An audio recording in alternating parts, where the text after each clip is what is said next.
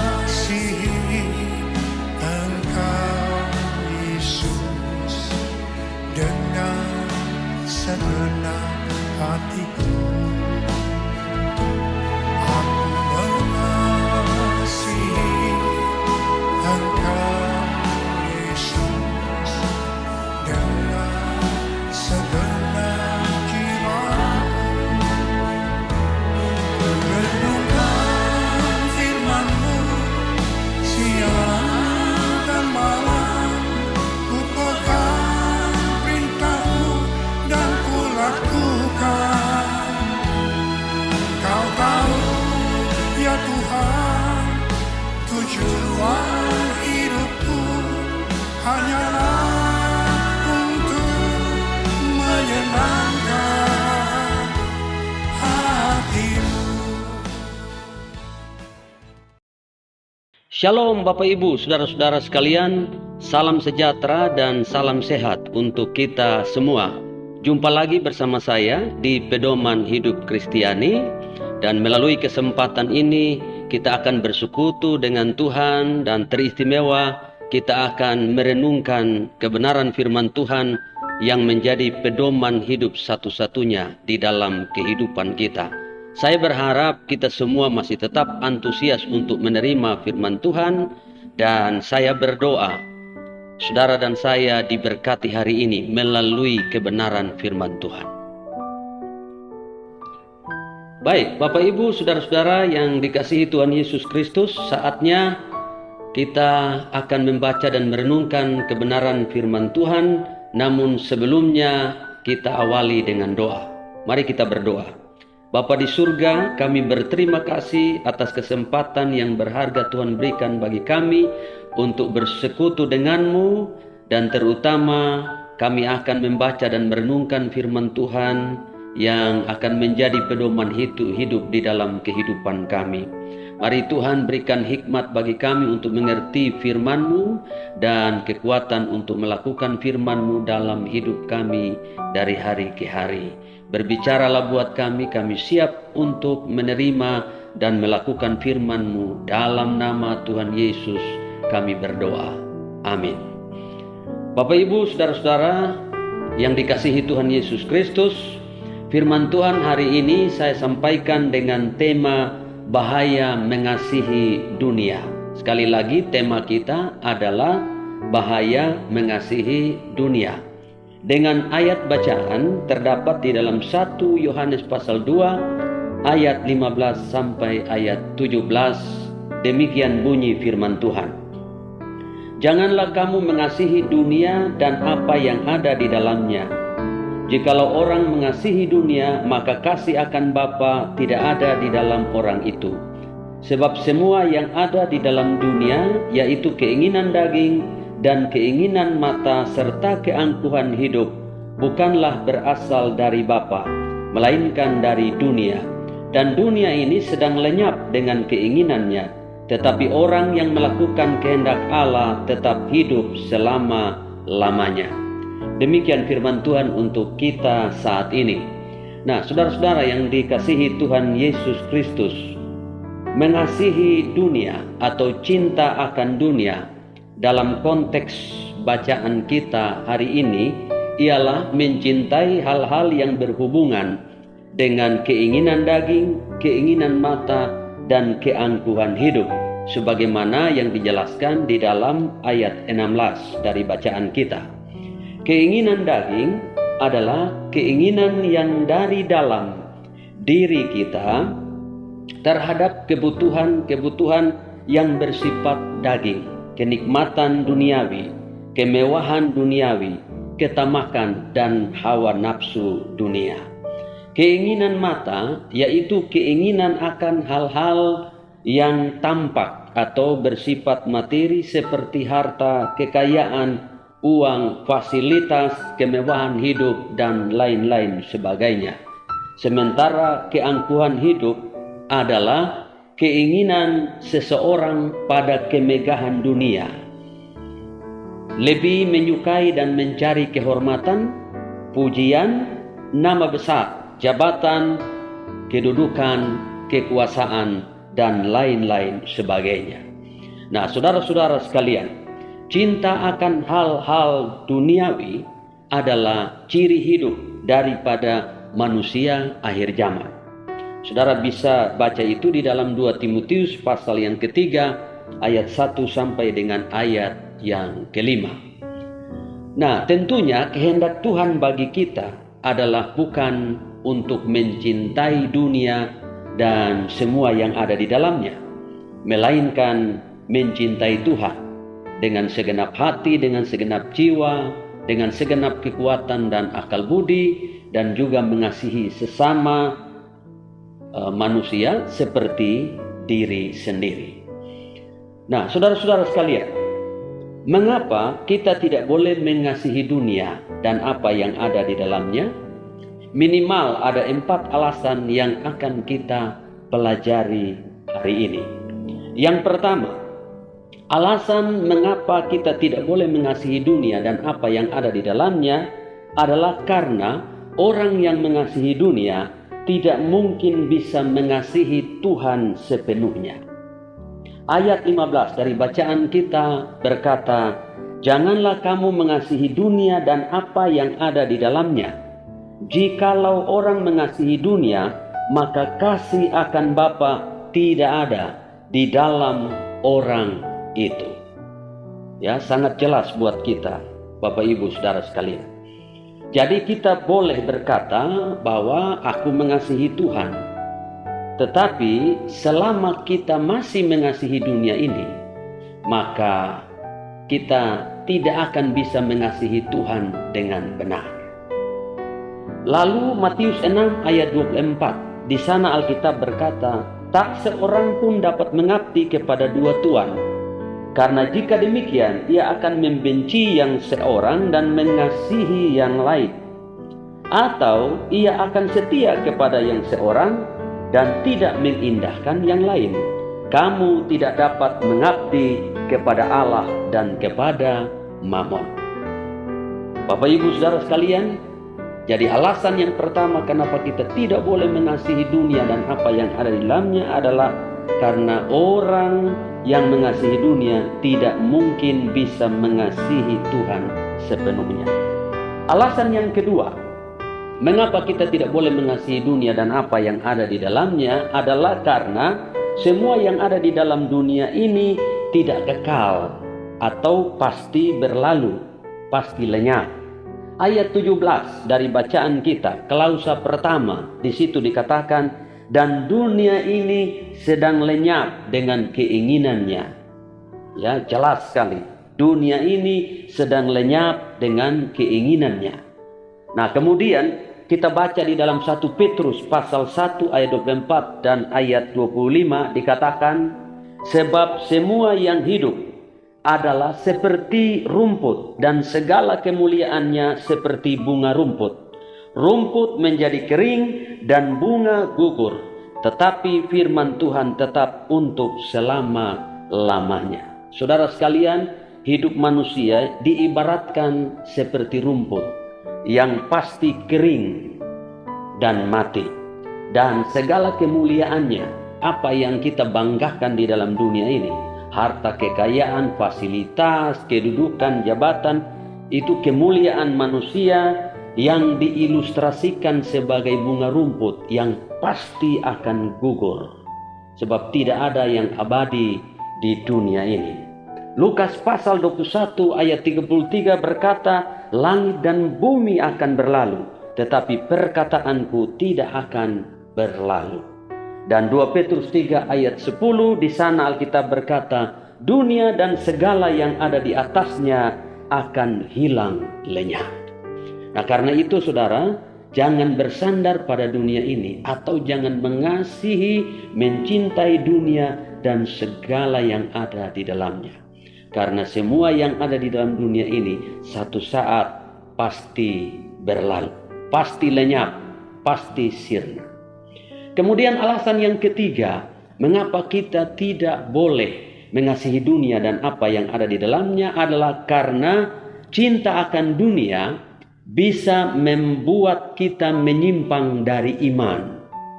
1 Timotius 6 ayat 10, Di sana Alkitab berkata, karena akar segala kejahatan ialah cinta uang.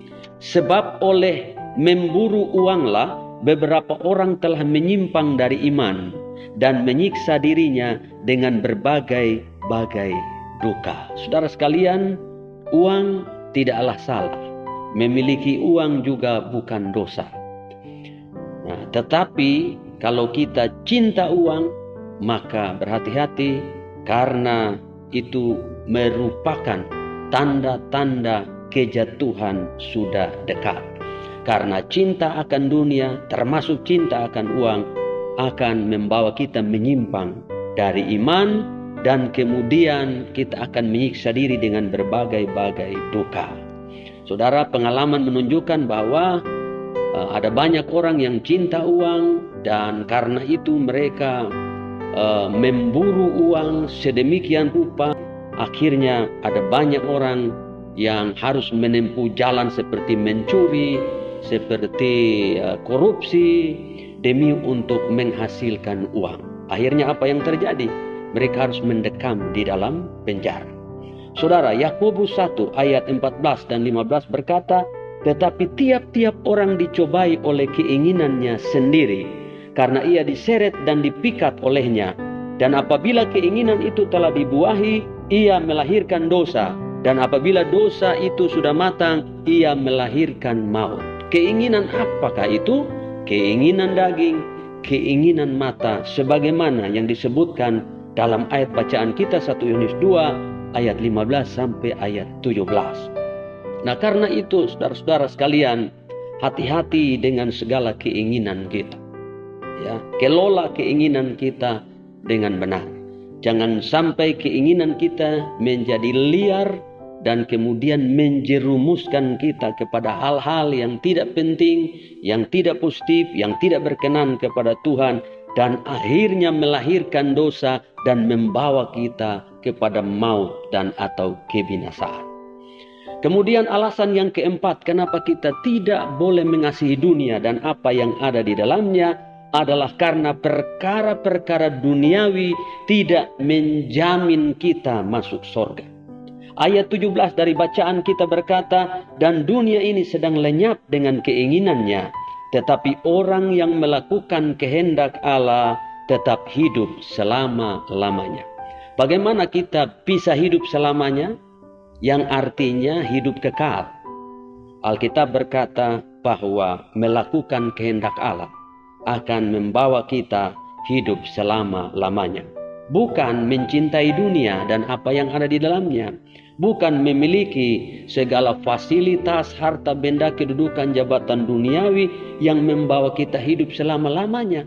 Melainkan melakukan kehendak Allah.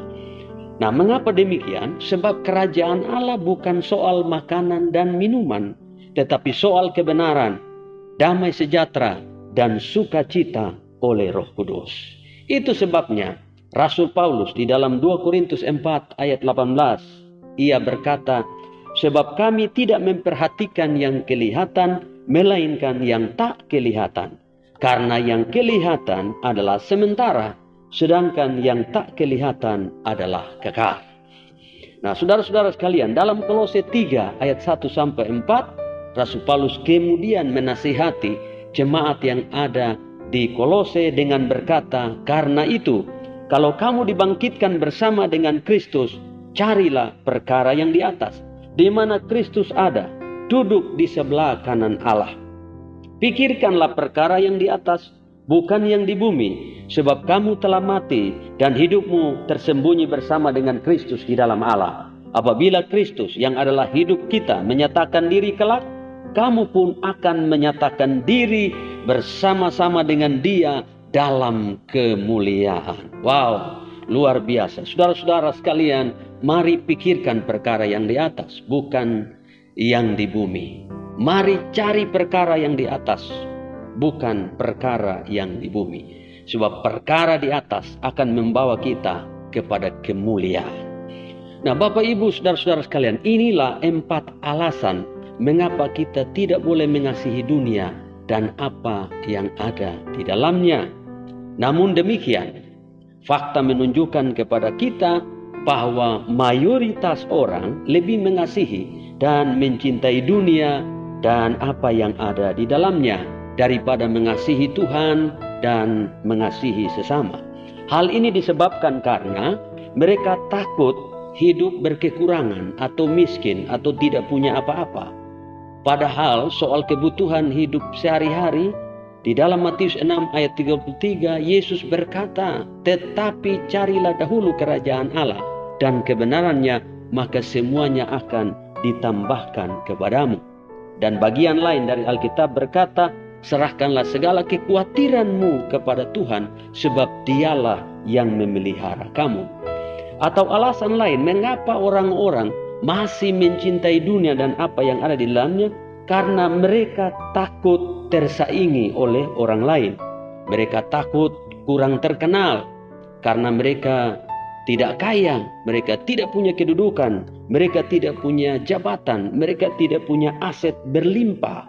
Atau yang ketiga, karena standar hidup mereka ukur melalui kepemilikan duniawi. Misalnya kalau mereka punya kendaraan beberapa unit, rumah beberapa unit, uang berlimpah, punya kedudukan dan punya jabatan, mereka anggap bahwa mereka adalah orang-orang yang punya status sosial yang tinggi. Nah, pemikiran seperti itu sebetulnya pemikiran yang rendah, karena nilai hidup kita itu tidak ditentukan oleh hal-hal berupa materi. Nah, Bapak Ibu saudara-saudara sekalian, karena itu saya mengajak kita untuk selalu mewaspadai bahaya mengasihi dunia dan apa yang ada di dalamnya. Sebab orang-orang yang mencintai hal-hal duniawi akan menghambakan diri padanya. Kita butuh materi, kita butuh fasilitas, kita butuh uang dan lain-lain. Tetapi bukan menjadi hamba dari semua itu dan memberi diri takluk kepadanya. Memiliki hal-hal duniawi, misalnya uang, fasilitas dan jabatan, juga kekayaan, bukanlah dosa selama saudara dan saya menggunakan itu semua untuk hormat dan kemuliaan bagi nama Tuhan. Yang salah dan berdosa adalah kita mengasihi hal-hal yang bersifat duniawi tadi dan bahkan mengejarnya sedemikian rupa sampai kita harus mengorbankan Tuhan, mengorbankan kebenaran, tidak peduli keluarga, tidak peduli dengan sesama, dan bahkan hidup dalam berbagai-bagai kejahatan demi untuk memenuhi keinginan kita akan hal-hal yang bersifat duniawi. Saudara, sadarlah sebelum terlambat. Menjauhlah dari bahaya cinta akan dunia dengan segala keinginannya, karena dunia akan menjerumuskan kita ke dalam kebinasaan. Tetapi orang-orang yang melakukan kehendak Allah akan tetap hidup selama-lamanya. Doa saya, kebenaran firman Tuhan hari ini menjadi berkat buat kita, mengarahkan kita untuk kita tahu mana yang utama, mana yang prioritas, yang harus kita kejar dan kita dapatkan, yaitu kerajaan Allah dan kebenarannya. Tuhan Yesus memberkati kita semua. Amin. Kalau ku hidup bagimu, hatiku tetap menyembahmu.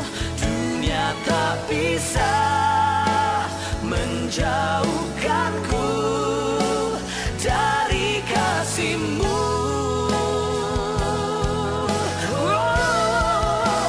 Selama ku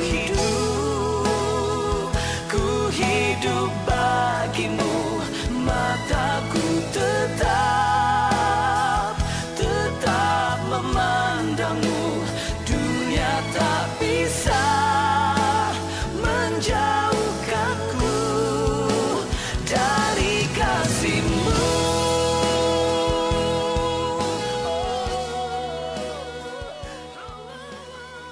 Baik, Bapak Ibu, saudara-saudara sekalian, di akhir perjumpaan kita, saya mau mengajak kita untuk berdoa bersama-sama. Mari kita berdoa.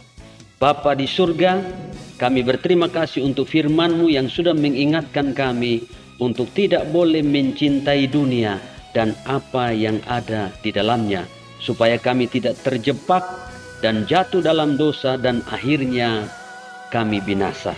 Tuhan, tolong kami agar kami terus mengutamakan kerajaan Allah dan kebenarannya, hidup di dalam kebenaran firman Tuhan, sebab kami percaya orang-orang yang diberkati adalah orang-orang yang hidup melakukan kebenaran firman Tuhan.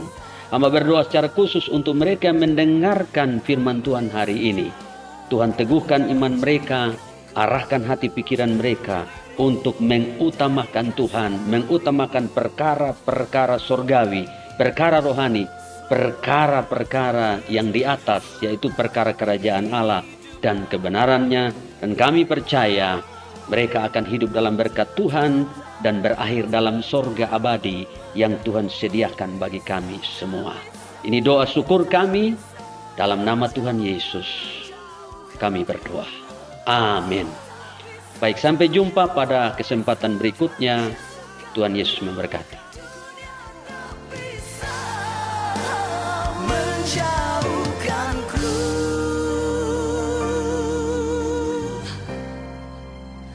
dari kasih-Mu.